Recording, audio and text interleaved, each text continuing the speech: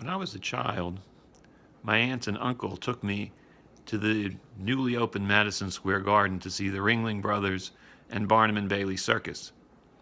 It was identical to the circus my parents saw in the 1940s as kids, and for that matter, the circus my own children saw in the late 90s and early 2000s. And yet today, there is no three-ring circus.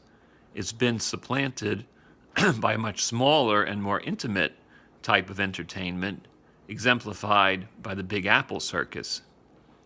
The analogy between a three-ring circus and a much smaller but more intimate circus might also remind us of the difference in the experience between the Temple of King Solomon, which we read about in the Torah this week for portion Vayakhel, and the completion of the Desert Tabernacle, which we read about in the Torah portion.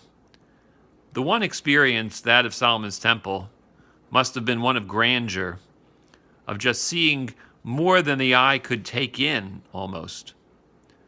And yet the experience of the Desert Tabernacle, though perhaps less awe-inspiring, had a certain closeness. It had a certain immediacy that for some people probably was the better of the two experiences.